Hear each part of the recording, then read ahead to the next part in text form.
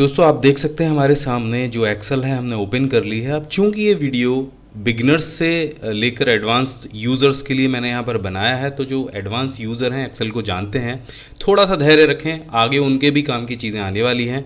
शुरू से इसलिए बता रहा हूँ कि मैंने वीडियो के शुरू में ही आपको बताया था कि ये जो वीडियो का जो लेक्चर है वो लंबा होने वाला है। आराम से बैठिए, ये क्लास आपके बहुत काम आने वाली है।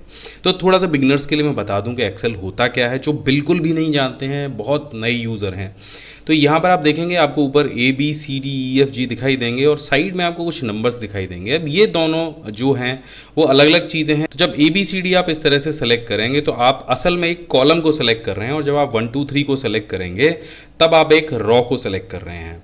और रॉ और कॉलम जहाँ पर जाकर मिलते हैं, जैसे अगर D को और 5 को मिला दिया जाए तो यहाँ पर ये जो इनका संगम होगा ये असल में एक सेल बनाता है, और इस सेल का नाम इन दोनों रो और कॉलम को मिलाकर रखा जाता है। और ये कहाँ पर आपको दिखाई देगा, ये यहाँ पर आपको दिखाई देगा। देखिए D5 दिखाई दे रहा है। अब यहाँ किसी और पे क्लिक करूँगा तो देखिए C5 दिखाई देगा। अगर और दूसरे किसी सेल पे क्लिक करूँगा तो E3 दिखाई देगा, और जो पहला सेल उसका नाम A1 होता है। तो यहाँ पर ये सिंपल मेथड है कि यहाँ पर जो एक्सेल में आपको ये जितने भी ब्रैकेट्स दिख रहे हैं ये असल में सेल हैं, और ये सेल में ही हम सारा डेटाबेस फीड करते हैं। सेल को ही आपस में हम कैलकुलेट करते हैं। सेल के अंदर कोई भी फिगर लिखी हो उससे हमें कोई लेना देना नहीं होता है। हमारे पास एक फार्मूला होता है जिस फार्मूले में हम सेल का नाम एंटर कराते हैं और वहीं से वो सारी कैलकुलेशन होती है। तो ये बहुत बेसिक चीज़ है जो एक्सेल की मैं आपको समझाने जा रहा हूँ। यहाँ पर अगर आप देखेंगे तो यहाँ पर आपको मिलेगा एक फार्मूला बार। यहाँ पर आप जो भी चीज़ टाइप करेंगे सेल में वो साथ के साथ आपको यहाँ भी दिखाई देती जाएगी। और एक चीज़ और भी है कि अगर किसी सेल में आप फार्मूला लगाते हैं तो यहाँ पर आपको जो फार्मूला है, जो कैलकुलेशन आई है, जो आंसर आया है वो डिस्प्ले होगा, लेकिन जब क्लिक करेंगे तो फार्मूला आपको यहाँ पर डिस्प्ले होगा। एक छोटा सा उदाहरण मैं आपको दिखा देता हूँ। जैसे हमने 25 और 25 को जोड़ा, यहाँ पर हमने लगाया बराबर का निशान और इन दोनों को हमने प्लस कर दिया। अब देखिए जैसे मैं आपको बता रहा था कि हम सेल से सेल को जोड़ते हैं ना कि नंबर से नंबर को, तो यहाँ पर आप देख रहे हैं मैंने C1 के साथ में C2 को प्लस किया है, ना कि 25 के साथ में 25 को। तो ये अगर आप शुरुआत कर रहे हैं तो आपको ये ध्यान में रखना चाहिए। तो यहाँ पर आप देखेंगे मैंने फार्मूला लिख दिया है और वही फार्मूला आपको ऊपर दिखाई दे रहा है, लेकिन एंटर करते ही यहाँ पर आपको फिगर दिखाई देगी और यहाँ पर आपको फार्मूला दिखाई देगा। जैसा मैंने आपको बताया था कि जिन सेल्स में फार्मूला लगा होता है तो वहाँ पर हमें जो आंसर है वो दिखाई देता है, रिजल्ट दिखाई देता है, लेकिन उस रिजल्ट में फार्मूला कौन सा इस्तेमाल किया गया है वो यहाँ पर दिखाई देता है फार्मूला बार में। तो ये बहुत सिंपल है, ये आपको समझना चाहिए। अब यहाँ पर अगर किसी सेल की आपको विड्थ घटानी बढ़ानी है तो आप यहाँ पर बीच में ले जाइए उसको। तो ये देखिए ये इसकी विड्थ बढ़ा दी हमने। अगर हाइट बढ़ानी है तो आपको यहाँ पर रॉ पर जाना होगा और आप जाके वहाँ से हाइट बढ़ा सकते हैं। एक साथ में अगर घटाना बढ़ाना हो तो सभी को सेलेक्ट कर लीजिए, और कहीं से भी आप किसी को भी पकड़ के खींचेंगे तो आप एक साथ में भी कर पाएंगे। तो ये बहुत सिंपल है। इसके बाद में यहाँ पर यो आगे आपको जो पूरी मेन्यू दिखाई दे रही है, इससे अलग अलग चीज़ें हम कर सकते हैं। फॉर्मेटिंग चेंज कर सकते हैं अपने सेल की। अब देखिए अगर आपने MS वर्ड चलाया होगा, बेसिक चीज़ें चलाई होंगी तो आपको पता होगा कि ये फ़ॉन्ट है, ये फ़ॉन्ट साइज़ है। यहाँ से आप किसी भी सेल के अंदर लिखे हुए किसी भी टेक्स्ट का साइज़ बढ़ा सकते हैं। ये फ़ॉन्ट आप इंक्रीज़ कर सकते हैं। यहाँ से आप फ़ॉन्ट की स्टाइल को बदल सकते हैं, यानी अगर आपको इंग्लिश का कोई भी फ़ॉन्ट चाहिए, हिंदी का कोई भी फ़ॉन्ट चाहिए तो आप यहाँ से ले सकते हैं। ये बोल्ड इटैलिक अंडरलाइन है, बहुत बेसिक चीज़ है कंप्यूटर में। अगर आप कंप्यूटर चला रहे हो तो ये आपको पता ही होगा। इन चीज़ों को मैं इसमें इसलिए नहीं बता रहा हूँ क्योंकि ये बहुत बेसिक हैं, बहुत सारे लोग जानते हैं। क्लिक करके आप पता लगा सकते हैं कि ये बोल्ड होगा, बहुत बेसिक है। यहाँ पर मैं आपको कुछ खास चीज़ें बताऊंगा जिनको आपको पता होना चाहिए अगर आप एक एक्सेल चलाना सीख रहे हैं। तो यहाँ पर हम इसके बाद अलाइनमेंट पे जाएंगे, क्योंकि अलाइनमेंट में यहाँ पर कुछ अलग चीज़ें दी गई हैं। तो मैं इसके लिए थोड़ा सा कॉलम को बड़ा कर लेता हूँ। यहाँ पर आप देखिए अभी जो हमारा अलाइनमेंट है वो दिया गया है बॉटम एल्गिन पर। तो हमारा जो टेक्स्ट है वो बॉटम पर है और राइट में रखा हुआ है। अगर यहाँ से आप इसे सेंटर करेंगे तो ये सेंटर में पहुँच जाएगा, लेकिन रहेगा अभी भी राइट में। और अगर इसे टॉप करेंगे तो ये टॉप में पहुंच जाएगा, लेकिन रहेगा अभी भी राइट में। तो अगर आपको ऐसा कुछ फॉर्मेटिंग करनी हो तो आप यहाँ से इन तीनों का इस्तेमाल करके कर सकते हैं। बिल्कुल सेंटर में रखने के लिए दोनों जो अलाइनमेंट है उनको सेंटर में रख लीजिए। अब बहुत सारे लोग एक्सेल में लेके आते हैं टेक्स्ट को घुमाते कैसे हैं, रोटेट कैसे कराते हैं, उनका ऑप्शन यहाँ पर दिया गया है। यहाँ पर आपको सारे रोटेशन मिल जाएंगे, rotate text up, rotate text down. तो यहाँ से आप इस ऑप्शन का इस्तेमाल करके क्लॉकवाइज उसको घुमा सकते हैं अपने टेक्स्ट को, एंटी क्लॉकवाइज घुमा सकते हैं। या जब आप नीचे इस ऑप्शन पे क्लिक करेंगे तो आपको फॉर्मेट सेल के सारे ऑप्शन यहाँ पर मिल जाएंगे और यहाँ पर एक आपको एनिमेटेड बटन भी मिल जाएगा। जैसे आप इसे लीवर को ऊपर नीचे करेंगे उसी डायरेक्शन में जो आपका टेक्स्ट है वो घूम जाएगा। तो ये बहुत सिंपल चीज़ है। अब इसके आगे वाला जो ऑप्शन है वो आता है मर्ज और सेंटर का, जहाँ पर हम दो सेल्स को मिलाकर एक सेल बना देते हैं और वो सेल के अंदर लिखे हुए डेटा को मर्ज भी कर देता है और साथ में सेंटर भी कर देता है। वो कैसे करता है, मैं यहाँ से इसको खींच के दो सेल्स में ले जाता हूँ। अब आप देखिए यहाँ पर जो 25 लिखा है, चलिए दोबारा इसको ठीक कर देते हैं। तो यहाँ पर हम इसे एंगल को ठीक करेंगे, इसको ले आएंगे सेंटर में, ओके कर देंगे। तो अब मान लीजिए ये जो 25 ऊपर लिखा हुआ है, ये इन दोनों सेल्स को हमें मर्ज कराना है। तो कैसे कराएंगे, बस सेलेक्ट करेंगे और यहाँ पे मर्ज और सेंटर का जो बटन है उस पर क्लिक कर देंगे। तो अब होगा क्या कि इन दोनों सेल्स के ऊपर एक सेल बन गया। और ये आप कैसे भी बना सकते हो, आप 10 सेल को एक साथ सेलेक्ट कर सकते हो, 20 सेल को सेलेक्ट कर सकते हो। कॉलम में अगर आपको सेलेक्ट करना है कॉलम सेलेक्ट कर सकते हो, अगर रो को सेलेक्ट करना है तो रो को भी कर सकते हो। यहाँ से इस तरह से आपको ये सेलेक्ट करना है, मर्ज और सेंटर पर क्लिक करना है। आप देखिए यहाँ पर एक सेल बन गया।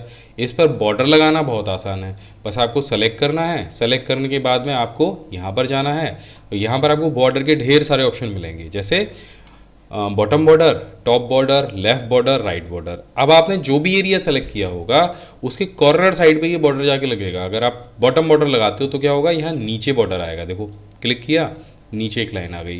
पूरे हर लाइन के या हर सेल के बीच में एक लाइन नहीं आएगी। उसके लिए आपको क्या करना होगा, उसके लिए आपको सेलेक्ट करना होगा ऑल बॉर्डर को। तो जैसे आप ऑल बॉर्डर सेलेक्ट करोगे तो आप देखो जितना एरिया हमने सेलेक्ट किया था वो सारे एरिया में लाइन्स आ गई हैं और अच्छे से बॉर्डर बन गया है।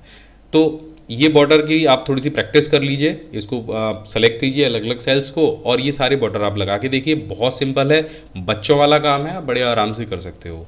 अब जो बड़ों वाला काम है वो थोड़ा सा मैं आपको बता देता हूँ। तो हम बात करने वाले हैं यहाँ पर नंबर फॉर्मेटिंग की। देखिए जब एक्सेल में हम जब डेटा फीड करते हैं तो एक्सेल को ये बताना ज़रूरी होता है कि भैया हम डेटा फीड क्या कर रहे हैं। हम रुपए लिख रहे हैं, पैसे लिख रहे हैं, हम टाइम लिख रहे हैं, हम डेट लिख रहे हैं, हम लिख क्या रहे हैं, आखिर सेल में ये एक्सेल पहचानेगा कैसे। तो वो जो सारा पहचानने का काम है वो यहाँ से होता है नंबर फॉर्मेटिंग से। मानिए ये 26 लिखा है, ये क्या है, एक नंबर है, रुपए है, डेट है, टाइम है, क्या चीज़ है, परसेंटेज है। तो ये एक्सेल को कैसे पता चलेगा। तो यहाँ पर आप देखेंगे अलग अलग तरह की आपको नंबर फॉर्मेटिंग मिल जाएगी, जिसमें जर्नल, जिसमें आप अभी काम कर रहे हैं, यहाँ पर कोई स्पेसिफिक फॉर्मेटिंग नहीं दी गई होती है। उसके बाद में यहाँ पर दूसरी जो फॉर्मेटिंग है वो है नंबर फॉर्मेटिंग। जब इस पर क्लिक कर देंगे तो आप देखेंगे यहाँ पर डॉट लगकर जो डेसिमल प्लेसेस हैं वो आ जाएंगे और इनको भी घटाना बढ़ाना बहुत आसान है। आपने मान लीजिए किसी सेल में नंबरिंग फॉर्मेटिंग लगा रखी है और ये डेसिमल प्लेसेस आपको घटाने हैं या बढ़ाने हैं, तो यहाँ पर इनका ऑप्शन दिया गया होता है। तो यहाँ से जैसे आप इसे क्लिक करेंगे डिस्क्रीज पर तो ये घटने शुरू हो जाएंगे और इंक्रीज पर क्लिक करेंगे तो ये बढ़ने शुरू हो जाएंगे। बहुत सारी जगह में ज़रूरत होती है कि रुपए के बाद में हमें पैसे भी लिखने होते हैं, तो यहाँ से हम वो लिख सकते हैं। इसके बाद में आप देखेंगे अगली फॉर्मेटिंग करेंसी की दी गई है। तो यहाँ पर जैसे आप क्लिक करेंगे तो सबसे बड़ी बात ये है, यहाँ पर आपका करेंसी का जो लोगो है, जो सिंबल है वो आ जाएगा। अब आप कहेंगे कि यहाँ पर रुपए का नहीं चाहिए, हमें अगर डॉलर का चाहिए, तो यहाँ पर ये छोटा सा एरो बना है, इस पर क्लिक कर दीजिए और यहाँ पर आपको मिल जाएगा वो सिंबल। अब आप जैसे इस पर क्लिक करेंगे यहाँ पर आपको पूरी अंतर्राष्ट्रीय जो भी सिंबल्स हैं वो सारे दिख जाएंगे। मैंने यहाँ पर रुपए का सेलेक्ट कर रखा है, आप जो भी सेलेक्ट करेंगे वो सिंबल आपके एक्सेल के जो भी करेंसी फॉर्मेटिंग है वहाँ पर आकर लग जाएगा। आप जो भी चाहे वो यहाँ से सेलेक्ट कर सकते हैं। आप इसे यहाँ से बंद कर देते हैं। इसके बाद में हम देखेंगे यहाँ पर हमें मिलता है अकाउंटिंग का फॉर्मेटिंग। आप चाहें तो इसको सेलेक्ट कर सकते हैं। शॉर्ट डेट दिया गया है, लॉन्ग डेट दिया गया है। तो मैंने पिछले एक वीडियो में बताया था, आप जाकर देख सकते हैं। प्लेलिस्ट का जो ऑप्शन है, मैं नीचे जो पूरी प्लेलिस्ट है एक्सेल की वो मैं डाल दूंगा। मैंने 200 से 250 के लगभग वीडियो एक्सेल के ऊपर यहाँ पर अपलोड किए हैं, तो उनमें को आप जाके देख सकते हैं। वहाँ पर मैंने डिटेल में बताई हैं ये सारी चीज़ें। अब जैसे ही इस नंबर के साथ आप शॉर्ट डेट को सेलेक्ट करेंगे तो ये आप देखेंगे एक डेट में कन्वर्ट हो जाएगा। अब एक्सेल इसको डेट ही मानेगा। आगे जहाँ भी हमें डेट कैलकुलेशन की ज़रूरत पड़ेगी एक्सेल बड़े आराम से वहाँ पर कर लेगा। अगर आप इसे सेलेक्ट नहीं करेंगे तो आपकी जो कैलकुलेशन है वो गड़बड़ हो सकती है। टाइम को अगर आप सेलेक्ट करेंगे तो ये सेल को टाइम मानेगा। उसके बाद में परसेंटेज का नंबर आ जाता है, परसेंटेज में कन्वर्ट कर देंगे तो ये इसको परसेंटेज मांगेगा। तो परसेंटेज का भी मैं आपको बता चुका हूँ कि कहाँ पर हमें सीधे सीधे जहाँ पर गुणा करना होता है तो वहाँ पर हमें बीच में 100 को नहीं लगाना पड़ता है, सीधे सीधे आप गुणा कर सकते हैं। तो जैसे 25 का 5% निकालना है तो बराबर लगाया, 25 किया गुणा 5 किया और एंटर कर दिया। आप देखिए 25 का 5% यहाँ पर आ गया है। तो परसेंटेज में हम किसी सेल को अगर कन्वर्ट करते हैं तो उसे हम आसानी से परसेंटेज निकाल सकते हैं। यहाँ पर आपको मिल जाता है कंडीशनल फॉर्मेटिंग का ऑप्शन। इससे आप कोई भी कंडीशन आपकी हो, आप सेल को पहचानने के लिए इसका इस्तेमाल करते हैं कि भैया अगर बड़े नंबर्स हैं तो उनको कैसे पहचानेंगे, अगर छोटे नंबर हमें दिए गए हैं, अगर हमारा डेटाबेस बहुत बड़ा है, ये उस कंडीशन में वहाँ पर लगाए जाते हैं। कोई भी कंडीशन अगर आप दे देंगे, वहाँ पर रूल सेट कर देंगे, तो आप इसको वहाँ से पता लगा सकते हैं। कंडीशनल फॉर्मेटिंग के ऊपर एक वीडियो अलग से दिया गया है, डिस्क्रिप्शन में लिंक है, आप ज़रूर जाके देखिएगा। तो यहाँ पर मैं एक छोटा सा आपको उदाहरण दे देता हूँ कंडीशनल फॉर्मेटिंग वर्क कैसे करता है। तो यहाँ पर कुछ सेल्स लिखे हुए हैं। अब यहाँ पर जो भी नंबर 15 से कम है वो डिस्प्ले मुझे कर दे। तो यहाँ पर जाना है, आपको 15 से कम वाले देखने हैं, तो लेस देन पे क्लिक करना होगा और यहाँ पर आपको सिर्फ 15 डाल देना है। तो आप देखिए 15 से कम वाले जितने भी नंबर होंगे ना, आपको यहाँ पर तुरंत से डिस्प्ले हो जाएंगे। और अगर और भी किसी नंबर में आप बदलाव करते हैं और जो 15 से कम होता है, जैसे यहाँ पर 13, तो वो भी आपको तुरंत डिस्प्ले हो जाएगा। तो एक्सेल का अगर बड़ा डेटाबेस आप बना रहे हैं तो इसका इस्तेमाल आपको ज़रूर करना है। इससे आप सारी चीज़ों को पता कर सकते हैं। अब देखिए मैं इसको यहाँ से हटा देता हूँ। अब आगे आपको कुछ और भी इंटरेस्टिंग चीज़ें मैं बताने वाला हूँ, आगे वीडियो ज़रूर देखते रहिए।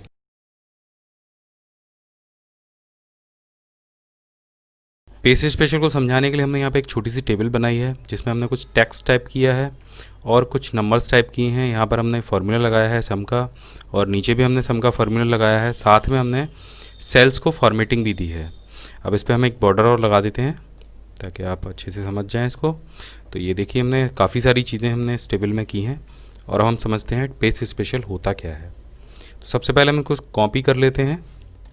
यहाँ से हमने पूरी टेबल को सेलेक्ट किया और उसके बाद कंट्रोल सी से इसको कॉपी कर लिया। अब इसको अगर सीधे सीधे आप पेस्ट करेंगे तो ये जो टेबल है वो ज्यों की त्यों नीचे आ जाएगी और यहाँ पर वो सभी फार्मूले और सभी फॉर्मेटिंग जैसी थी वैसी पेस्ट हो जाएगी। तो ये तो था सिंपल इसको पेस्ट करना। अब इसके अलावा इसमें से कुछ अलग अलग चीज़ें हमें लेनी हैं, तो हम कैसे करेंगे। तो ये अभी टेबल जो है वो कॉपी है और इसके बाद में हम जाते हैं पेस्ट स्पेशल पर। आप यहाँ पर देखेंगे पेस्ट स्पेशल में जो हमने पहला ऑप्शन इस्तेमाल किया था सिंपल पेस्ट का, वो था ये ऑल वाला। यानी यहाँ पर जो बॉर्डर था वो भी पेस्ट हो गया, जो फॉर्मेटिंग थी वो भी पेस्ट हो गई, कलर्स थे, बैकग्राउंड कलर्स थे, वो सारी चीज़ें जो कि पेस्ट हो गई। तो ये जो दूसरा ऑप्शन है फार्मूलाज का, यहाँ पर ये केवल इस टेबल से फार्मूला लेगा, आपका टेक्स्ट लेगा, नंबर लेगा, जो फॉर्मेटिंग है वो उसको पेस्ट नहीं करेगा। फॉर्मेटिंग से मतलब आप समझते हैं जो टेक्स्ट का कलर होता है, जो टेक्स्ट की बैकग्राउंड होती है और ये जो बॉर्डर है, ये सारी चीज़ें फॉर्मेटिंग में आती हैं। और इसको छोड़कर जो बाकी सारी चीज़ें बचती हैं वो है यहाँ पर लिखा हुआ टेक्स्ट और ये जो नंबर लिखे हैं और जो फार्मूला लगा है। तो जब आप इसे टिक करके यहाँ पर पेस्ट करेंगे तो वही सारी चीज़ें पेस्ट होंगी। आपके जो नंबर हैं वो आ गए, जो टेक्स्ट लिखा था वो आ गया और जो फार्मूले लगे थे वो यहाँ पर पेस्ट हो गए। इसके बाद में एक ऑप्शन और है, हम इसको यहाँ पर पेस्ट करते हैं। आप देखेंगे ये जो ऑप्शन है वैल्यू का। अब कहीं कहीं ऐसा होता है कि हमें जो हमने यहाँ पर जो डिजिट निकाले हैं वो हमने फार्मूला लगा कर निकाले हैं। जैसे हमने ये जो सम किया था वो यहाँ पर सम हमने कर रखा है, तो यहाँ पर हमने ये जो सभी सेल्स हैं वो सम करके ले रखे हैं। अगर आप इसे सिंपल कॉपी करके कहीं पर पेस्ट करेंगे तो वो कुछ इस तरीके से इसको ले लेगा, क्योंकि यहाँ पर ये जो फार्मूले लगे थे वो लगे थे इन सेल्स के लिए, तो वो इस तरीके से इसको पेस्ट करेगा। लेकिन आपको इसमें से केवल वैल्यू लेनी है, जो 105 है, जो 109 है, जो 113 है, वो वैल्यू उठानी है। तो आप इसे सेलेक्ट करेंगे और कॉपी करेंगे और इसके बाद में यहाँ पर पेस्ट स्पेशल पर जाएंगे और यहाँ से ले लेंगे इसको वैल्यू।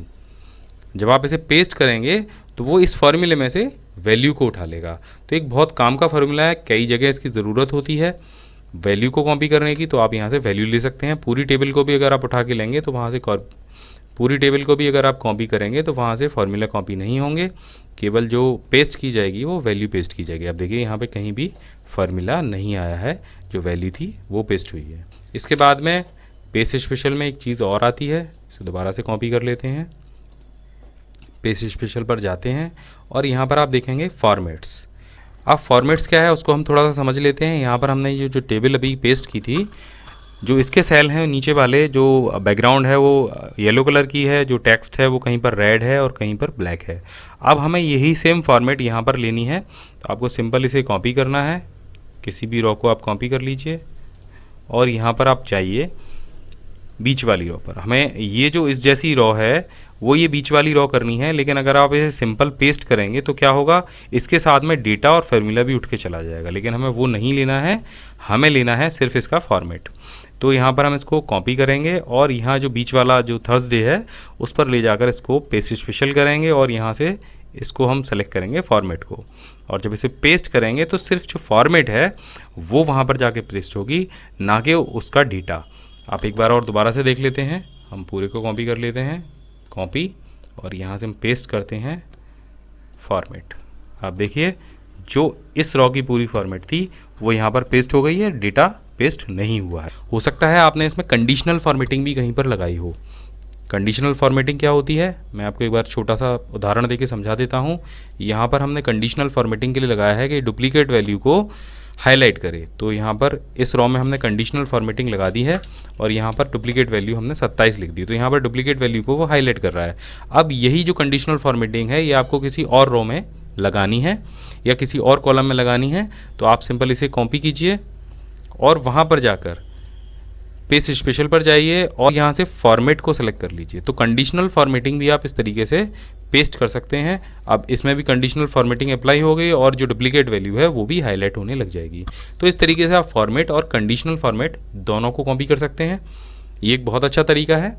इसके बाद में आता है कमेंट्स कॉपी करने का। आप किसी सेल के लिए आपने कोई कमेंट लिखा है, यहाँ पर इंसर्ट कमेंट का ऑप्शन है, यहाँ पर आप किसी सेल के लिए कोई भी कमेंट लिख सकते हैं कि ये सेल हमने इस चीज़ के लिए बनाया था। अब केवल कमेंट को कॉपी करना है, तो आप इसको सेलेक्ट करेंगे, कॉपी करेंगे, राइट क्लिक करके पेस्ट स्पेशल पर जाएंगे और यहाँ पर आप देखेंगे कमेंट्स का ऑप्शन है। जब आप इसे पेस्ट करेंगे तो केवल जो कमेंट्स हैं वो कॉपी होंगे, ना डेटा कॉपी होगा, ना फॉर्मेट कॉपी होगी, केवल जो कमेंट हैं वो यहाँ पर कॉपी हो जाएंगे। तो आप देखिए इस तरीके से ये कमेंट कॉपी हो गया। अब अगला ऑप्शन यहाँ पर दिया गया है वैलिडेशन का।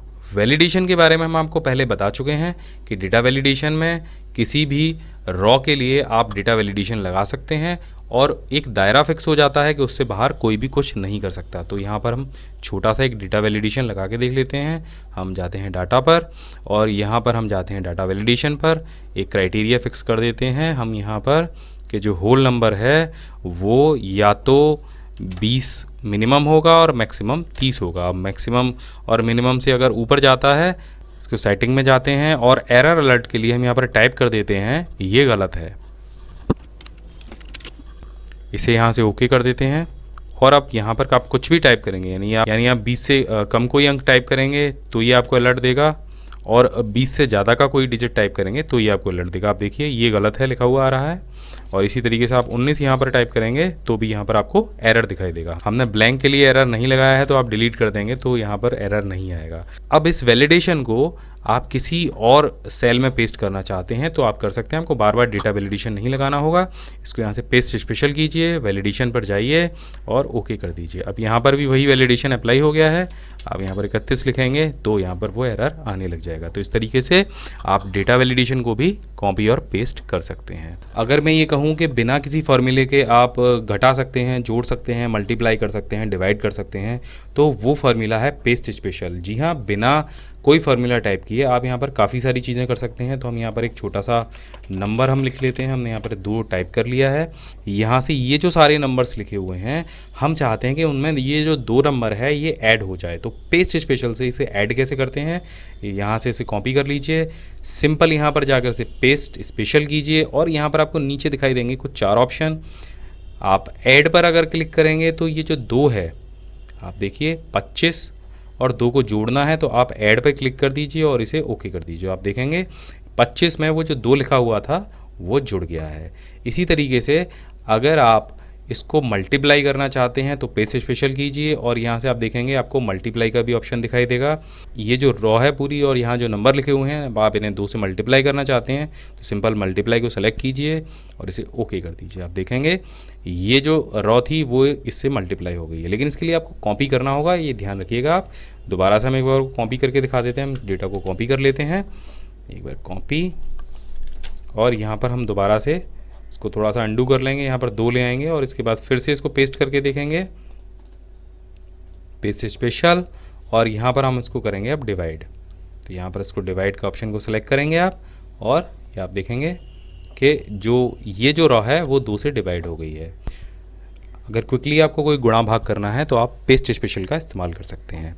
इसके बाद एक ऑप्शन और आता है कि ये जो संडे मंडे हैं ये ऊपर से लेके नीचे तक लिखे हुए हैं, यानी ये कॉलम में लिखे हुए हैं। आपको अचानक से ये रो में लिखना हो, यानी यहाँ ये ना लिख के आपको इसको ऊपर पेस्ट करना हो, तो आप क्या करेंगे, आप इसको यहाँ से कॉपी करेंगे और इसके ऊपर जाएंगे, यहाँ पर पेस्ट स्पेशल करेंगे और यहाँ पर आप देखेंगे ट्रांसपोज का ऑप्शन आपको मिलेगा, इसको ओके कर दीजिए। आप देखेंगे जो संडे मंडे हैं वो आपके ऊपर वाले रो में आ गए हैं। अब एक ऑप्शन और मैं आपको पेस्ट स्पेशल का बता देता हूँ। कभी कभी ये जो टेबल है वो हमें दूसरी शीट पर ले जाने की ज़रूरत होती है, लेकिन वहाँ पर एक परेशानी हमें आती है। आप देखिए हमने यहाँ पर कुछ जो कॉलम विड्थ हैं उनको अपने हिसाब से सेट किया हुआ है, लेकिन जब इस टेबल को हम दूसरी शीट पर पेस्ट करते हैं तो होता क्या है, जो कॉलम विड्थ है वो बाय डिफ़ॉल्ट जो एक्सेल की तरफ से दी गई होती है वो सेट हो जाती है और फिर दोबारा से हमें इसे सेट करना होता है। लेकिन इसको करने का एक बहुत आसान तरीका है। इसको कॉपी कर लीजिए और इसको यहाँ पे पेस्ट कर दीजिए। जब आप इसे पेस्ट करेंगे तो आपको यहाँ पर जो कॉलम विड्थ एक्सेल की तरफ से दी गई है वो बाय डिफ़ॉल्ट मिल जाएगी। उसके बाद आप इसको दोबारा से कॉपी कीजिए और यहाँ पर इसको राइट क्लिक करके पेस्ट स्पेशल पर जाइए और ये कॉलम विड्थ जो यहाँ पर दिए गए हैं इसको सेलेक्ट करके इसे ओके कर दीजिए। आप देखेंगे जो कॉलम विड्थ आपकी इस टेबल की थी वो सेम आपकी दूसरी टेबल पर अपने आप आ गई है।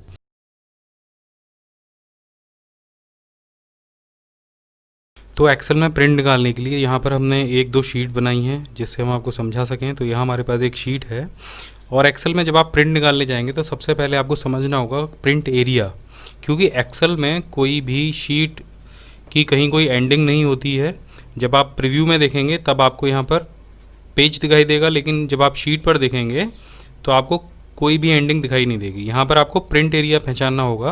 प्रिंट एरिया जब आप कैसे निकालेंगे कि आपने कोई मैटर एक्सेल में टाइप किया है, आप प्रिंट प्रीव्यू के ऑप्शन पर जाएंगे या कीबोर्ड से कंट्रोल के साथ में F2 दबाएंगे तो आप प्रिंट प्रीव्यू देख सकते हैं कि आपने जो मैटर टाइप किया है वो आपके पेज पर कहाँ आएगा। लेकिन अगर आपका मैटर इससे भी बड़ा है, यहाँ पर हमने एक छोटी सी फाइल तैयार की है, तो आप कैसे देख पाएंगे वो कितने पेजों में आएगा और कहाँ आ रहा है। तो आपको यहाँ पर बीच में एक हल्की डॉटेड लाइन दिखाई दे रही होगी।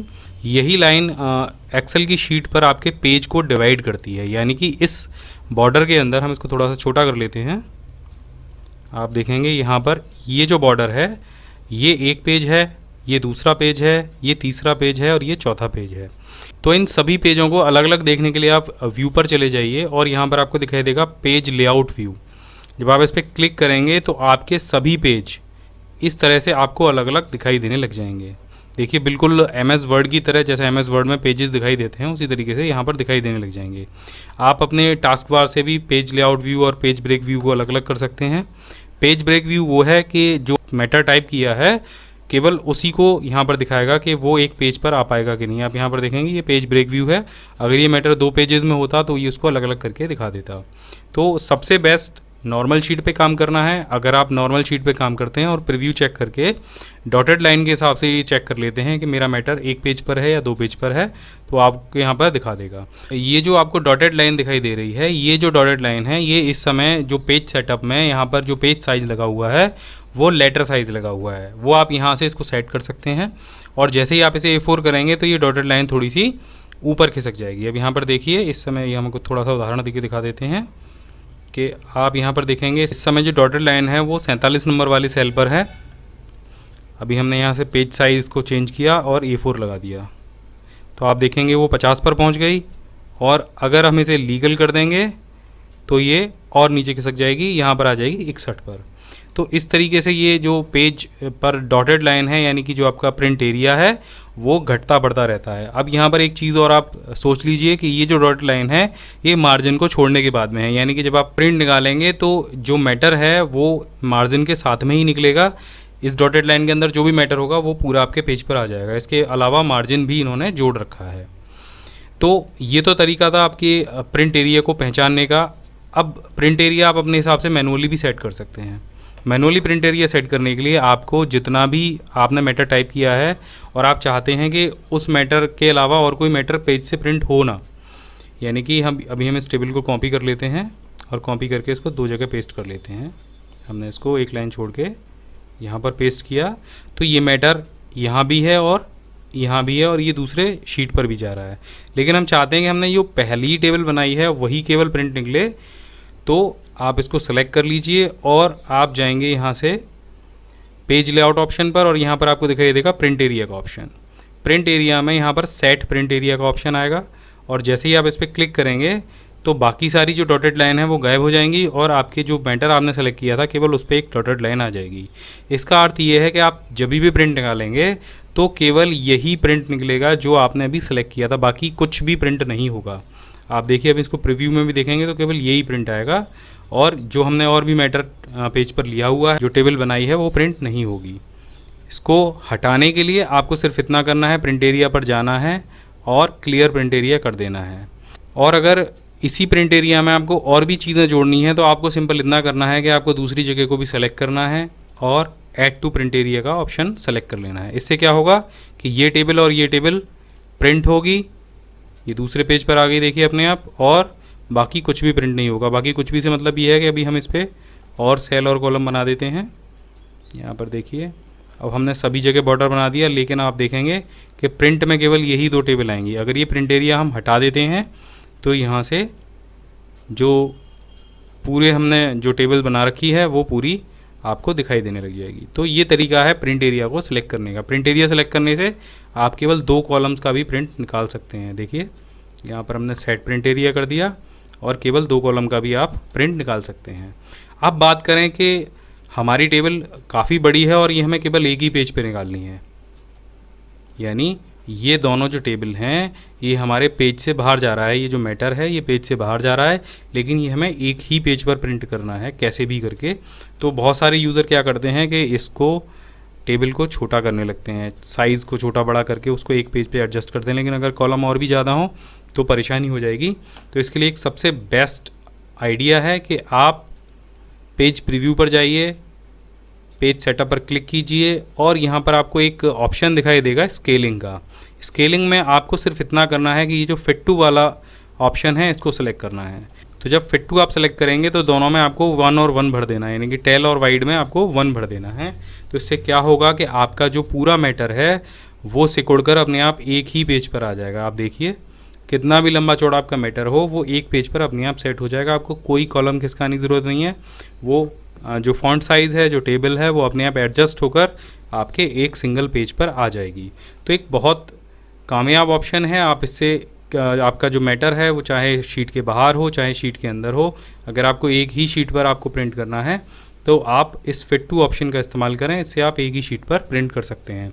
वो इसे अपने आप एडजस्ट करके उसने 42% जो है एडजस्ट कर दिया, उसको आपका एक पेज पर आ गया। ये था आपका एक मैटर को शीट पर फिक्स करना। अब इसका पेज सेटअप समझ लेते हैं कि इसके पेज सेटअप में और कौन कौन से ऑप्शन होते हैं। तो जब आप प्रिंट पर जाएंगे तो आपको यहाँ पर कई सारे ऑप्शन दिखाई देंगे। यहाँ पर आएगा प्रिंट रेंज, पेज, फ्रॉम और टू। लेकिन यहाँ पे पेज तो है ही नहीं, तो हम पेज निकालेंगे कैसे कि हमें कौन से पेज का प्रिंट निकालना है कौन से का नहीं। तो ये जो पेज लेआउट व्यू है वो इसी काम के लिए है कि ये आपके मैटर को बता देगा कि आपका मैटर एक पेज पर है या 2 पेज पर है।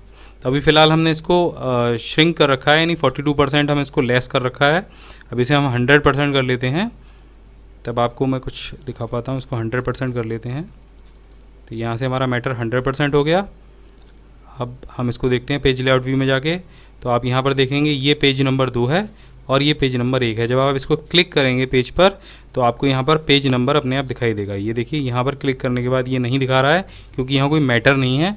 जिन पेजेस पे मैटर है वहाँ पर पेज 1 और पेज 2 लिखा हुआ आ रहा है। हम यहाँ पर आप नीचे देख सकते हैं जो आपका टास्क बार है वहाँ पर आपको पेज नंबर वो दिखाएगा। तो अब मान लीजिए कि हमको पेज नंबर 2 का प्रिंट निकालना है। इसको थोड़ा सा हम जूम इन कर लेते हैं।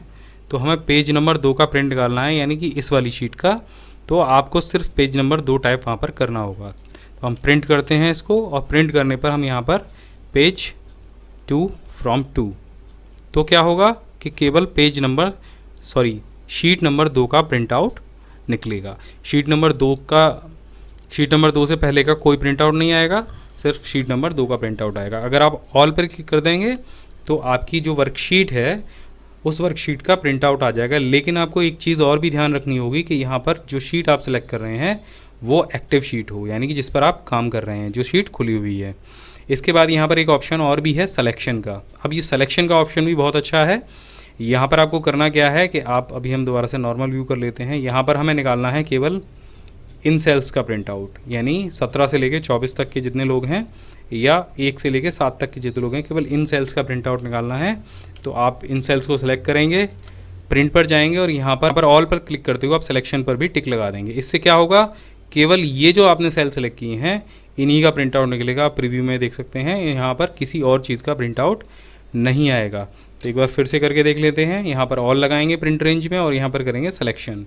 ठीक है, अब यहाँ पर जब आप सिलेक्शन कर देंगे तो केवल इन्हीं सेल्स का प्रिंट आउट निकाला जाएगा। इसके बाद यहाँ पर एक और ऑप्शन है एंटायर वर्कबुक। तो जब आप एंटायर वर्कबुक को सेलेक्ट कर लेंगे तो जो आपकी पूरी वर्कबुक है उसका प्रिंट आउट दे दिया जाएगा। यानी कि यहाँ पर वर्कबुक में आपको ये ध्यान रखना होगा कि जितनी भी शीट हैं, शीट नंबर 1 पर जो भी मैटर होगा, शीट नंबर 2 पर जो मैटर होगा, वो सभी प्रिंट आउट आ जाएगा। इसका एक बार हम प्रीव्यू देख लेते हैं। तो आप देखेंगे कि यहाँ पर कुल 9 पेजेस का प्रिंट आउट निकाला जाएगा और 9 पेज किस तरीके से उन्होंने बनाए हैं। तो ये जो पहला हमारी शीट है, ये जो मैटर है वो हमारे पहली शीट पर टाइप है और इसके बाद में ये जो मैटर है ये हमारी दूसरी शीट पर टाइप है। तो इस तरीके से ये क्या करेगा, जो ऑप्शन है यहाँ पर एंटायर वर्कबुक वाला, ये सभी शीटों के प्रिंट आउट आपको निकाल के दे देगा। अब जब आप प्रिंट निकाल लेंगे, ये सारी चीज़ें सेट कर लेंगे, तो आपको यहाँ पर एक ऑप्शन दिखाई देगा नंबर ऑफ़ कॉपीज़। तो नंबर ऑफ़ कॉपीज़ को आप यहाँ पर जानते ही हैं कि आप 1 2 3 4 करके कितनी भी कॉपीज़ दे सकते हैं, लेकिन इसके नीचे एक ऑप्शन है कॉलेट का। ये ऑप्शन क्या करता है, अगर आप इस पर टिक नहीं लगाते हैं तो क्या करेगा कि ये पहले पेज की आपने जितनी भी कॉपियाँ दी हैं, जैसे 3 हैं और हमारे पास पेज 2 हैं, तो पहले पेज की 3 कॉपियाँ निकालेगा, फिर उसके बाद दूसरे पेज की 3 कॉपियाँ। लेकिन अगर आप कॉलेट पर क्लिक कर देते हैं तो ये उनके सेट बना देगा। यानी अगर अगर आपकी शीट में 10 पेज हैं तो पहले 10 पेजों की कॉपियाँ निकालेगा एक बार, फिर दूसरी बार में 1 से लेकर 10 पेजों की कॉपी निकालेगा, फिर तीसरी बार में 1 से लेकर 10 पेजों की कॉपी निकालेगा। तो ये ऑप्शन अगर आप के पास अलग अलग तरह के पेज हैं और आप उनको एक सेट बनाना चाहते हैं उनका, तो इस ऑप्शन का आप इस्तेमाल करें ज़्यादा कॉपियाँ निकालने के लिए, क्योंकि बाद में भी आपको फिर सेट बनाने पड़ेंगे। तो ये अपने आप उनके सेट बना के आपको प्रिंट दे देगा। तो एक बेहतरीन ऑप्शन है। इसके बाद यहाँ पर आप देखेंगे कि ये पेज सेटअप का ऑप्शन है। पेज सेटअप में यहाँ पर मार्जिन दिया हुआ है, आप अपने हिसाब से पेज, आपके पास A4 है, लीगल है, आप उस पर कितना मार्जिन छोड़ना चाहते हैं। यानी कि मार्जिन क्या होता है कि मार्जिन चारों तरफ का बॉर्डर होता है जिस पर प्रिंट नहीं निकलता है। तो सबसे बेटर है कि आप नॉर्मल मार्जिन का इस्तेमाल करें। इसके बाद में ओरिएंटेशन का ऑप्शन आता है। यहाँ पर पोर्ट्रेट और लैंडस्केप है। पोर्ट्रेट माने है खड़ा पेज और लैंडस्केप माने है आड़ा पेज। तो आप प्रिंटर में तो आपके में आप एक ही तरीके से पेज लगाते हैं, लेकिन यहाँ पर अगर आप इसको सेटअप कर लेंगे तो वो अपने आप इसको सेट कर लेगा। इसके बाद यहाँ पर ऑप्शन आता है साइज़ का। तो मार्केट में अभी केवल 2 साइज़ के पेज ज़्यादातर अवेलेबल होते हैं, A4 का और लीगल का। तो आपके पास जो पेज है तो सबसे पहले आप उसको यहाँ पर सेट करें। अगर आपके पास A4 पेज है तो आप A4 पेज सेलेक्ट करें, और अगर आपके पास लीगल पेज है तो आप लीगल पेज सेलेक्ट करें। प्रिंट एरिया के बारे में हमने आपको बता ही दिया है, तो आप प्रिंट एरिया को बड़े आराम से सेट कर सकते हैं। तो एक्सेल में जितनी भी तरीके से प्रिंट निकाले जा सकते थे, हमने सभी प्रिंट के ऑप्शन आपको बता दिए हैं।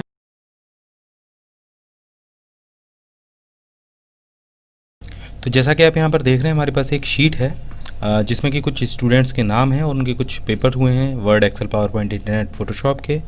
और इस शीट में हम आपको बताने वाले हैं एक्सेल के 8 मोस्ट यूज़फुल फॉर्मूले जो कि हमेशा प्रयोग में आते रहते हैं, जिसमें कि सम है, परसेंटेज है, सम इफ है, काउंट है, वी लुकअप है, एवरेज है, इफ़ है और काउंट इफ है।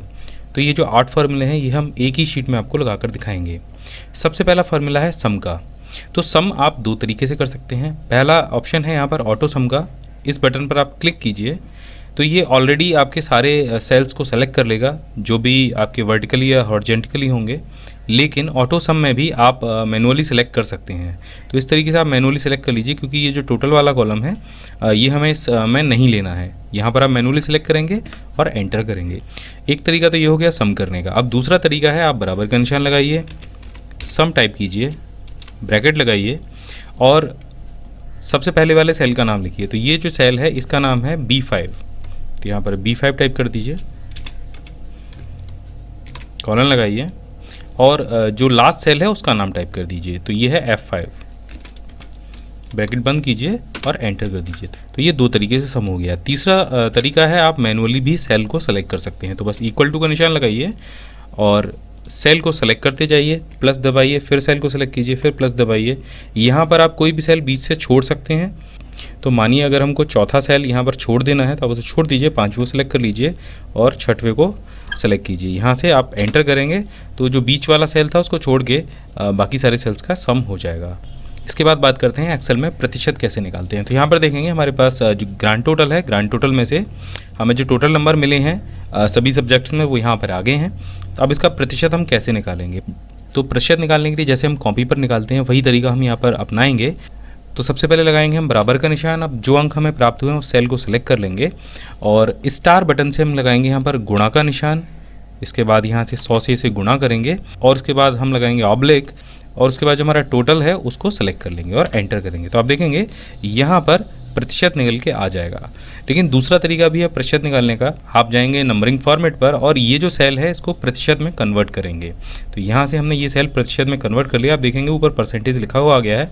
अब हमें ज़्यादा कुछ नहीं करना है, बराबर का निशान लगाना है, जो नंबर है हमारे उनको सेलेक्ट करना है, इसको भाग देना है यानी डिवाइड करना है 600 से। सिंपल इतना करना है, हमें 100 से गुणा नहीं करना है और एंटर कर देना है। तो यहाँ पर आप देखेंगे जो ऊपर वाला सेल था वहाँ पे प्रतिशत का आइकन नहीं आया था, लेकिन इस सेल में चूंकि हमने इसे कन्वर्ट कर दिया था परसेंटेज में तो यहाँ पर प्रतिशत का आइकन आ गया है। अब इसको पकड़ के आप नीचे तक खींच दीजिए तो ये सभी एग्जाम्स के जो परसेंटेज हैं वो यहाँ पर आ जाएंगे।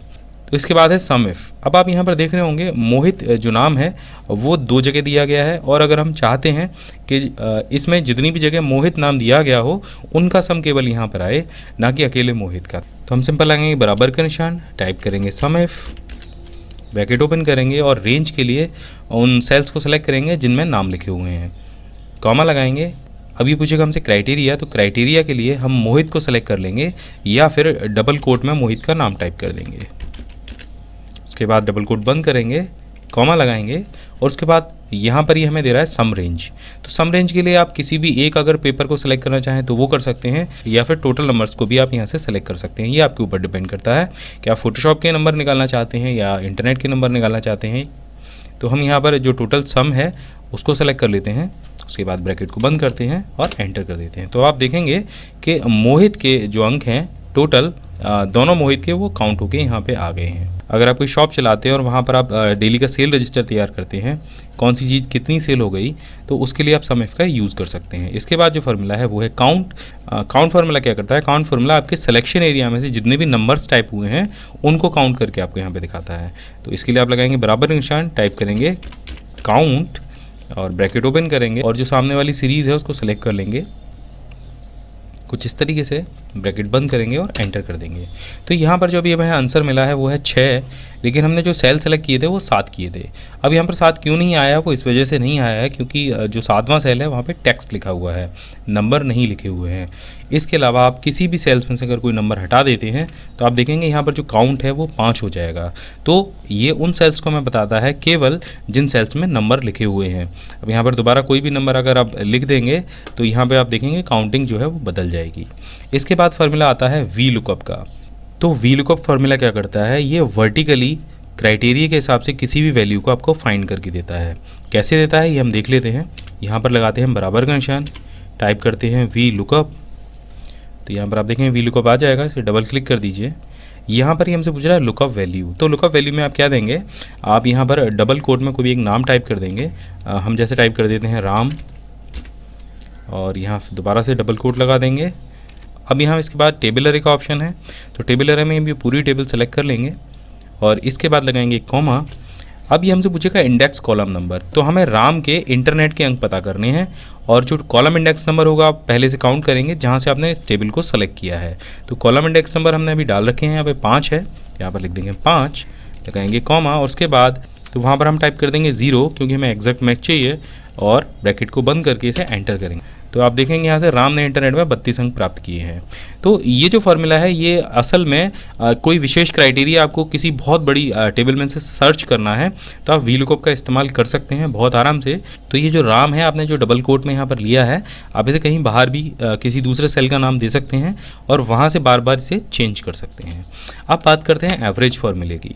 अभी हमें अगर निकालना हो कि ये जो सभी विद्यार्थी हैं, सभी स्टूडेंट हैं, उन्होंने जितने भी पेपर्स दिए हैं उसका जो एवरेज है वो क्या है, या शुभम के जितने भी मार्क्स आए हैं सभी पेपर्स में उनका क्या एवरेज है। तो ये एवरेज आपको वहाँ से निकाल के देगा। बहुत सिंपल फार्मूला है लेकिन बहुत काम का है। आपको लगाना है बराबर का निशान, टाइप करना है एवरेज। तो जैसे ही आप AVE टाइप करेंगे यहाँ पर एवरेज आपको दिखाई दे जाएगा।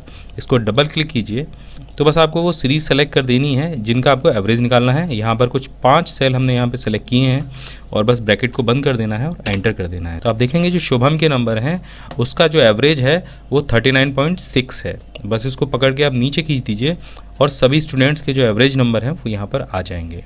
अब इसके बाद आता है सबसे इंटरेस्टिंग और इम्पोर्टेंट फार्मूला इफ़ फार्मूला क्या करता है, काफ़ी लोग मार्कशीट तैयार करते हैं और वहाँ पर वो परसेंटेज के हिसाब से ग्रेड तय करते हैं, ग्रेड देते हैं नंबरों को। अगर यहाँ पर आप इफ़ का इस्तेमाल करेंगे तो इफ़ से आप ऑटोमेटिकली ग्रेड दे पाएंगे।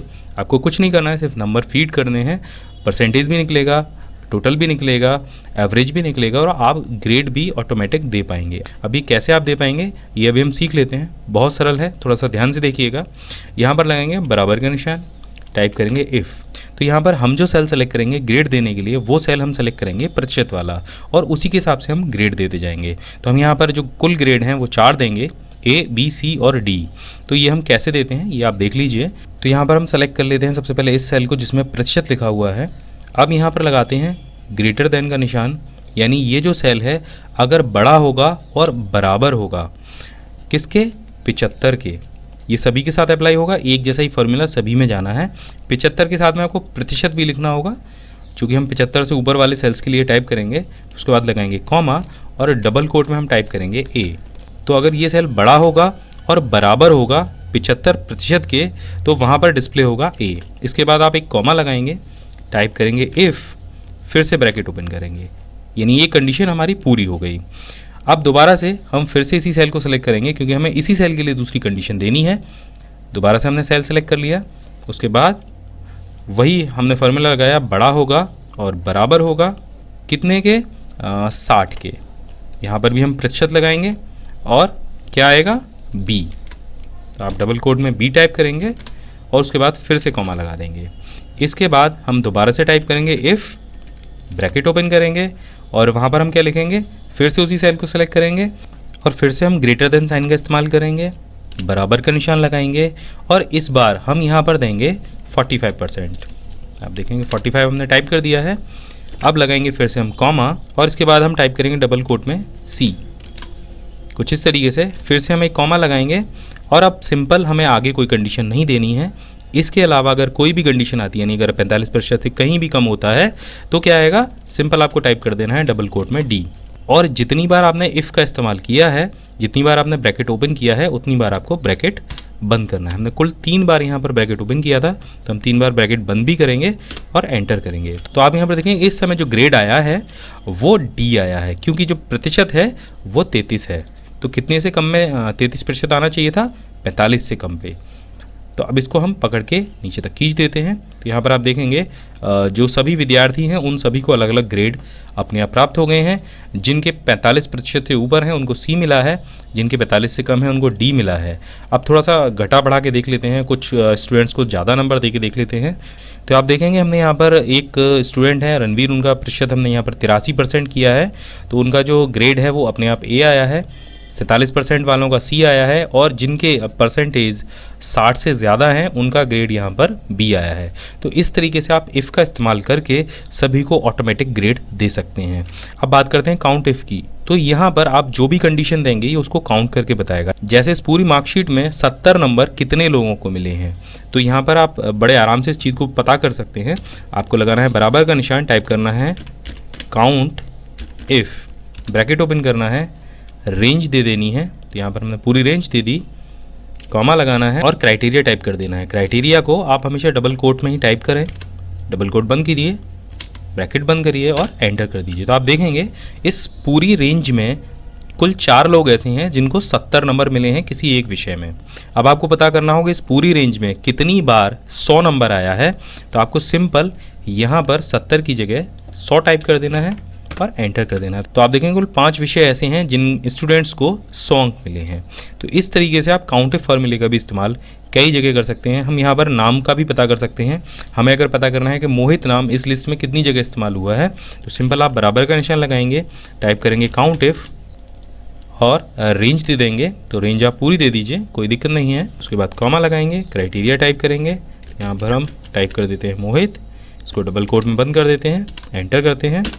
तो आप देखेंगे कुल 2 जगह मोहित नाम लिखा हुआ है। अगर आप एक जगह और भी लिख देंगे तो ये उसको तुरंत ही सर्च कर लेगा।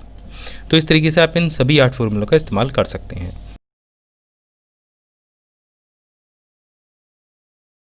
वर्ड और एक्सेल में मैक्रो रिकॉर्ड करने के लिए आपको रिबन में डेवलपर टैब को अनेबल करना होगा, और इसको अनेबल करने के लिए आपको जाना होगा ऑफिस बटन पर, और यहाँ पर जाना होगा आपको एक्सेल ऑप्शन में। यहाँ पर जो पॉपुलर टैब है वहाँ पर आपको show develop tab in the ribbon का ऑप्शन दिखाई दे जाएगा। इस पर टिक लगा दीजिए और इसे ओके कर दीजिए। आप जैसे इसे ओके करेंगे वैसे ही यहाँ रिबन में आपको डेवलपर टैब शो होने लग जाएगा। यहाँ पर सबसे पहले आपको विजुअल बेसिक और उसके बाद मैक्रोस का ऑप्शन दिखाई देगा। आप चाहें तो ऑल्ट के साथ में F8 दबाकर भी मैक्रो को रन करा सकते हैं। अब इसके बाद में आपको करना क्या है, यहाँ पर आपको एक ऑप्शन और दिखाई देगा, यूज़ रिलेटिव रेफरेंसेस। इस पर भी आप टिक लगा लीजिए। इसका फ़ायदा मैं आपको थोड़ी देर बाद बताऊँगा।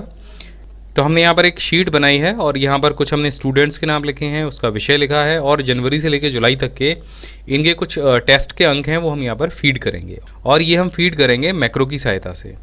एक पूरा परफॉर्मा जनरेट करेंगे। इन सभी स्टूडेंट्स के हम यहाँ पर विषय लिखेंगे और उनका योग करेंगे, और ये जो स्टेप है ये हमें सभी 6 लोगों के साथ में बार बार करना है, या इससे भी ज़्यादा हो सकते हैं। तो इसके लिए हम मैक्रो का इस्तेमाल करने वाले हैं। तो सबसे पहले हम जो पहला स्टूडेंट है उसको सेल को सेलेक्ट कर लेते हैं, पहले वाले को, और यहाँ से रिकॉर्ड मैक्रो के बटन को क्लिक करते हैं। जब आप ये रिकॉर्ड मैक्रो का बटन क्लिक करेंगे तो अगर आपने पहले मैक्रो बना रखे हैं तो ऑलरेडी वो 5वां नंबर यहाँ पे आपको दे देगा कि आप इसी नाम को कंटिन्यू चलने दें, तो आप इसे ओके कर दीजिए। अगर आप कुछ और नाम देना चाहते हैं तो वो यहाँ से आप इसको बदल सकते हैं।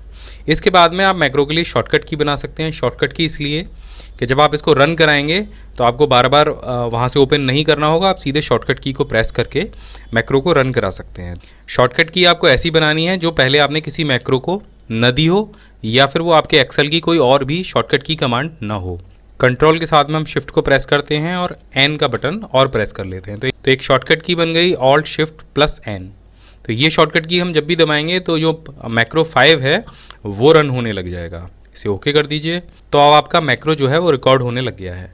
अब बस आपको करना ये है कि एरो की से आपको नीचे वाले सेल में आना है, और इसके बाद में आपको यहाँ से 5 रॉ इंसर्ट करानी है। तो इस तरीके से रॉ इंसर्ट करा दीजिए। इसके बाद में यहाँ पर विषय टाइप कर लीजिए।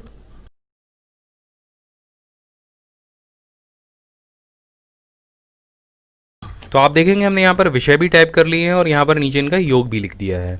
अब इन सभी जो विषय हैं उन सभी का हम योग कर लेते हैं ऑटोसम के द्वारा। यहाँ पर अब ऑटोसम भी लगा देते हैं।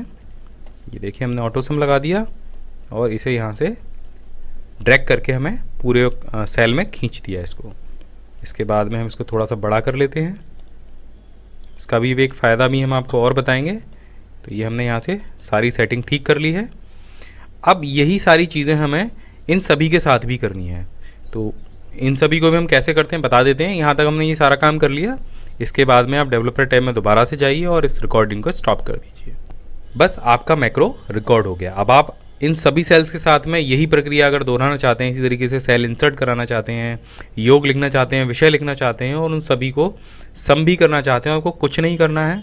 आपको जहां आपने पहला सेल यहाँ पे सेलेक्ट किया था उसी तरीके से आप स्पाइडरमैन वाले सेल के सामने भी चले जाइए, या जो आपका दूसरा स्टूडेंट है उसके सामने चले जाइए और मैक्रोज़ के ऑप्शन पर जाइए। हमने कौन सा मैक्रो बनाया था? मैक्रो 5 हमने इसके लिए बनाया था। इसको यहाँ से रन करा दीजिए। आप देखिए ये यहाँ पर सारे उसी तरीके से जो रिकॉर्डिंग थी वो यहाँ पर पेस्ट हो गई है। इसी तरीके से तीसरे के सामने भी आप यही कर सकते हैं। ये देखिए ये भी हो गया। इसी तरीके से चौथे के लिए भी आप ये कर सकते हैं। ये भी हो गया। 5वें के लिए भी आप यही कर सकते हैं। यहाँ ये भी हो गया। और अगर आप चाहते हैं कि आपको बार बार मैक्रोस न खोलना पड़े तो आप शॉर्टकट की का इस्तेमाल कीजिए। हमने यहाँ पर शॉर्टकट की बनाई थी कंट्रोल और शिफ्ट के साथ में एन, तो आप वो भी यहाँ पर रन करा सकते हैं। इसी तरीके से आप बार बार मैक्रो को रन करा सकते हैं। आप देखिए यहाँ पर कितनी भी बार आप इस चीज़ को रन करा सकते हैं, ये बार बार उसी तरीके से काम करेगा। अब यहाँ पर आपके लिए उदाहरण के लिए एक टेबल मैंने और बनाई है। आप देखेंगे यहाँ पर वही स्टूडेंट हैं, उनके हमने विषय भी टाइप कर रखे हैं, उनके नंबर भी हमने यहाँ पर डाल रखे हैं। लेकिन यहाँ पर हमें हर सेल के नीचे, हर विषय के नीचे उनका योग भी हमें लिखना था, जो कि हमसे छूट गया है। अगर हम इसे मैनुअली करेंगे तो हम सभी विषय के नीचे यहाँ पर एक रॉ इंसर्ट कराएंगे, उसके बाद यहाँ पर योग टाइप करेंगे और उसके बाद यहाँ पर हम इन सभी को एक एक करके सम कराएंगे। तो ये मैनुअल प्रक्रिया हमें एक बार करनी है और उसके बाद में हम उसको रिकॉर्ड कर लेंगे और मैक्रो की सहायता से सभी पर इसको अप्लाई कर देंगे। तो सबसे पहले हम यहाँ पर रिकॉर्ड के ऑप्शन पर जाते हैं। आप देखिए यहाँ पर पहला आप ये सेल सेलेक्ट कर लीजिए। ये ध्यान रखिएगा आपको इसे स्टार्टिंग और एंडिंग पॉइंट बताना पड़ेगा। अगर आप इसे वो चीज़ नहीं बताएंगे तो ये आपके डेटा को उल्टा सीधा भी कर सकता है। तो हम यहाँ पर चले जाते हैं स्टार्टिंग पॉइंट पर। तो जो ये पहला स्टूडेंट है उसके लिए हमें सम करना है, तो रिकॉर्ड मैक्रो के ऑप्शन पर जाते हैं और यहाँ से इसको एक नाम दे देते हैं सम। और इसके लिए भी हम एक शॉर्टकट की जनरेट कर देते हैं। यहाँ पर हम शिफ्ट का बटन और प्रेस कर लेते हैं और इसे दबा देते हैं एल के साथ में, इसे ओके कर देते हैं। अब आप एरो की से नीचे जाएंगे और हमें एक जो रॉ है वो यहाँ इंसर्ट करानी है, तो आप रॉ को यहाँ पर इंसर्ट करा देंगे। उसके बाद यहाँ पर योग टाइप करेंगे और जो ऊपर वाले अंक हैं उनके लिए यहाँ पर ऑटो सम का ऑप्शन दबाएंगे। हमारे एक व्यूअर्स हैं, उन्होंने हमसे ये प्रश्न पूछा था कि अगर ऐसा हमें बार बार करना हो तो इसकी क्या कमांड है, तो आप मैक्रो लगाकर ये कर सकते हैं। तो यहाँ पर ये मैक्रो लग गया है। अब इसको यहाँ से स्टॉप कर दीजिए, यहाँ से ये मैक्रो स्टॉप हो गया। अब सभी के लिए हमें यही करना है, तो आपको सिंपल इतना करना होगा, या तो आप शॉर्टकट की का प्रयोग करें या फिर आप यहाँ से मैक्रोज़ की लिस्ट पर जाएं। तो ये सम वाला मैक्रो आपको यहाँ पर दिखाई देगा। एक बार हम यहाँ से भी रन करा के देख लेते हैं। ये देखिए इसके नीचे ये आ गया। अब एक बार हम शॉर्टकट की से और करा के देख लेते हैं। आप देखेंगे शिफ्ट कंट्रोल एल हमने बताया था और एक एक करके आप सभी के लिए इसे इस्तेमाल कर सकते हैं। आप देखिए बस आपको एक सीरीज़ बनानी होगी और इसे बताना होगा कि आप किस तरह से वो काम करना चाहते हैं। अब अगर आपके पास ऐसी ही कोई रॉ है और आप वहाँ पे डिलीट करना चाहते हैं तो वो भी आप कर सकते हैं। डिलीट करना है या कोई रॉ इंसर्ट कराना है तो आपको उसे सीरीज़ बताना होगा कि इस सीरीज़ में आपको चलना है और काम करना है। अब आता है नंबर यूज़ रिलेटिव रेफरेंस का। तो इसका अर्थ ये है अगर आप इसे नहीं दबाएंगे तो ये हर बार पहले ही सेल से उस मैक्रो को रन करेगा। इसको यहाँ से हटा के देख लेते हैं और एक बार कोई मैक्रो हम रिकॉर्ड करते हैं।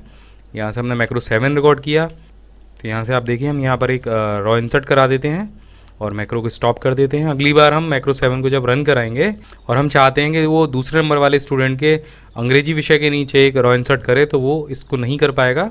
हम इसको एक बार रन करा के दिखा देते हैं आपको। हमने मैक्रो 7 यहाँ पर रिकॉर्ड किया था, तो आप देखेंगे वो पहले सेल से ही उसे मान रहा है। वो दूसरे वाले जो ऑप्शन था दूसरे वाले स्टूडेंट पर हम उसको ले जाना चाह रहे थे, वहाँ पर नहीं जा रहा है।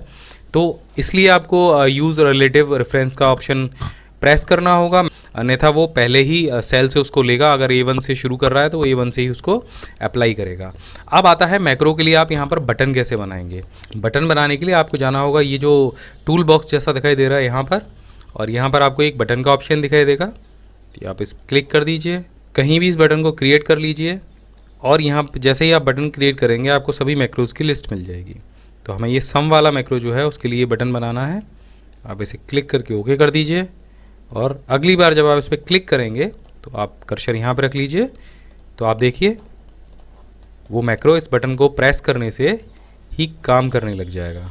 तो इस तरीके से आप अपने मैक्रो के लिए बटन भी बना सकते हैं।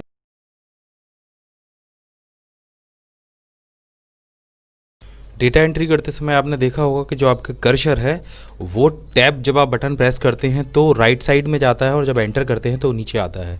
लेकिन बहुत सारे लोग ऐसे हैं जो कि एंटर करने के साथ में ये चाहते हैं कि उनका जो कर्सर है वो राइट साइड में जाए। तो इसको चेंज करने के लिए आपको सिंपल जाना है अपने ऑफिस बटन पर, एक्सेल ऑप्शन पर, और यहाँ पर आपको दिखाई देगा एडवांस टैब। यहाँ पर आपको एक ऑप्शन दिखाई देगा after pressing enter move selection.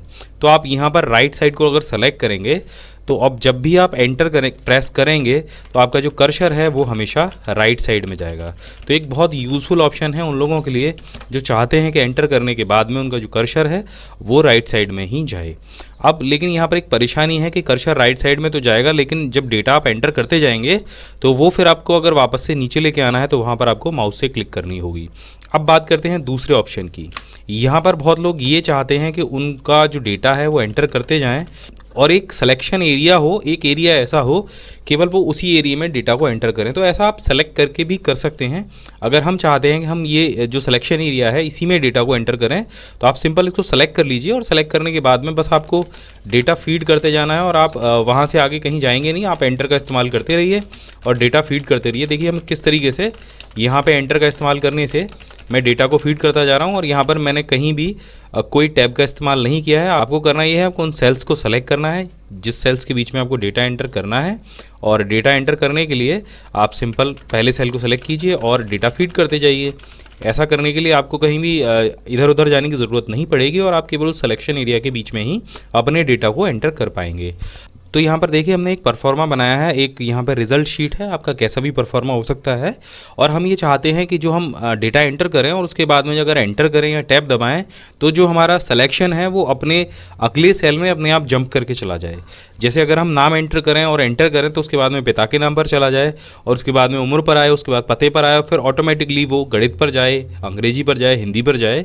तो ये कैसे होगा, ये करने के लिए आपको सिंपल अपने कीबोर्ड से कंट्रोल का बटन दबाना है और एक एक करके उन सेल्स को सेलेक्ट करना है जिनमें आप अपने कर्सर को ले जाना चाहते हैं। तो यहाँ पर देखिए हमने यहाँ पर एक एक करके सभी सेल्स को सेलेक्ट कर लिया है ऊपर से, और लास्ट में आपको जाना है नाम वाले सेल पर जहाँ से आप शुरू करना चाहते हैं। तो देखिए मैंने नाम से ही शुरू किया था और नाम पर ही मैं इसको एंड कर रहा हूँ। अब यहाँ पर आपको जाना है नेम बॉक्स में और यहाँ पर आपको टाइप कर देना है कोई भी नाम। तो जैसे मैं यहाँ पर टाइप कर देता हूँ नेम और इसको एंटर कर देता हूँ। अब तो ये क्या होगा, ये जो सिलेक्शन है ये नेम के नाम से यहाँ पर सेव हो जाएगा। अगली बार आप कहीं भी क्लिक कीजिए। तो देखिए पहले मैं आपको नॉर्मली डेटा एंटर करके दिखा देता हूँ। यहाँ पर हमने नॉर्मली डेटा एंटर किया और अभी यहाँ पर हम टैब का इस्तेमाल नहीं कर रहे हैं, हम एंटर का इस्तेमाल कर रहे हैं। इसके बाद हम आपको इस जो अभी हमने सिलेक्शन किया था उसमें डेटा एंटर करके दिखाते हैं। यहाँ से हम इसे सेलेक्ट कर लेते हैं नेम को, और इसके बाद आप देखिए यहाँ पे हमने टाइप किया नाम, फिर हमने एंटर किया, और ये जो एंटर है ये आपको नंबर कीपैड वाला इस्तेमाल करना है। इसके बाद आपने टाइप किया पिता का नाम, इसके बाद एंटर, उम्र, उसके बाद पता लिख दीजिए। यहाँ पर फिर गणित के नंबर, अंग्रेजी के नंबर, हिंदी के, इतिहास, ये देखिए। तो ये जो डेटा एंटर होगा ये केवल उन्हीं सेल्स में होगा जिनमें आप चाहें। तो ये जो डेटा एंट्री करने के 3 तरीके मैंने आपको बताए हैं, ये आपके बहुत काम आएंगे। तो इन तरीक़ों से आप बड़ी तेज़ी से अपने किसी भी शीट में आराम से डेटा एंटर कर पाएंगे। तो आशा है दोस्तों ये जो वीडियो है ये आपको पसंद आया होगा। अगर ये वीडियो आपको पसंद आया तो इस चैनल को जरूर सब्सक्राइब कीजिए, इस वीडियो को लाइक कीजिए, शेयर कीजिए, कमेंट करके बताइए इतनी मेहनत की है, वीडियो कैसा लगा। मैं हमेशा आपके लिए ऐसे वीडियो लेकर आता रहूँगा। जय हिंद, वंदे मातरम।